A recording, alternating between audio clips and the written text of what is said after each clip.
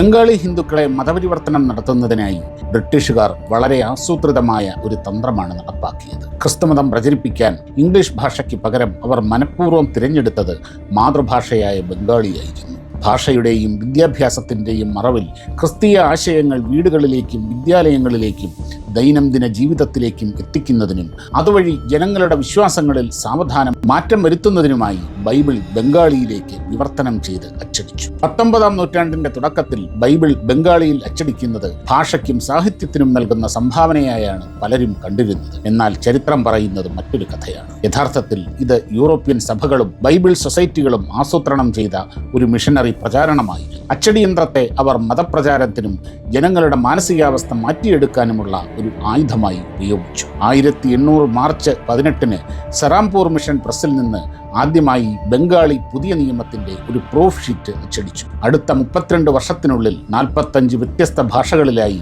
ഏകദേശം 2,12,000 പുസ്തകങ്ങളാണ് അവിടെ അച്ചടിക്കപ്പെട്ടത്. മതപരിവർത്തനത്തിനുള്ള ഒരു മാധ്യമമായി വില്യം കേറി ബംഗാളി ഭാഷയെ തന്ത്രപരമായി ഉപയോഗിച്ചു. 1801 ഫെബ്രുവരി 7-ന് കേറി വിവർത്തനം ചെയ്ത ആദ്യത്തെ പൂർണ്ണമായ ബംഗാളി പുതിയ നിയമം സറാംപൂർ മിഷനിൽ നിന്ന് പ്രസിദ്ധീകരിച്ചു. ഭാരതീയർ ആത്മീയമായി അന്ധരാണ് എന്നാണ് വില്യം കേറി കരുതിയിരുന്നത്. 1792-ൽ അദ്ദേഹം എഴുതിയ An Enquiry into Obligations of Christians to Use Means for the Conversion of the Heathens എന്ന പുസ്തകത്തിൽ ഭാരതീയരെ ഹീത്തൻസ് അഥവാ അവിശ്വാസികൾ എന്ന് അദ്ദേഹം ആവർത്തിച്ചു വിശേഷിപ്പിച്ചു. കുട്ടിക്കാലം മുതൽക്കേ ബൈബിൾ കഥകൾ സ്കൂൾ പാഠപുസ്തകങ്ങളായി പഠിപ്പിച്ചു. ഗ്രാമങ്ങൾ തോറും ക്രിസ്തീയ പ്രബോധനങ്ങൾ പ്രചരിപ്പിക്കപ്പെട്ടു. ബാപ്റ്റിസ്റ്റ് മിഷണറി സൊസൈറ്റിയുടെ പ്രതിനിധി എന്ന നിലയിൽ വിദേശ ഭാഷയിൽ ക്രിസ്തുമതം പ്രസംഗിക്കുന്നത് സാധാരണക്കാരായ ബംഗാളികളെ സ്വാധീനിക്കില്ലെന്ന് വില്യം കേറി മനസ്സിലാക്കിയിരുന്നു. അതിനാൽ അദ്ദേഹം തന്റെ പ്രധാന മാധ്യമമായി ബംഗാളി തിരഞ്ഞെടുത്തു. ബാപ്റ്റിസ്റ്റ് മിഷണറി സൊസൈറ്റിയുടെ രേഖകൾ പ്രകാരം 1838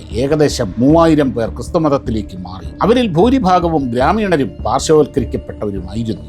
1871-ലെ ഒരു റിപ്പോർട്ട് പ്രകാരം ഈ സംഖ്യ കിഴക്കൻ പടിഞ്ഞാറൻ ബംഗാളിൽ ഉടനീളമായി ഏകദേശം 46,000 ആയി വർദ്ധിച്ചു. ബൈബിളിന്റെ ബംഗാളി വിവർത്തനം കേവലം ഒരു ഭാഷാ സേവനമോ സാഹിത്യ വികസനമോ ആയിരുന്നില്ല. വിദേശ ഭരണത്തിന് കീഴിൽ നടപ്പാക്കിയ കൃത്യമായ ആസൂത്രണത്തോടെയുള്ള സാംസ്കാരികവും മതപരവുമായ കടന്നുകയറ്റമായിരുന്നു.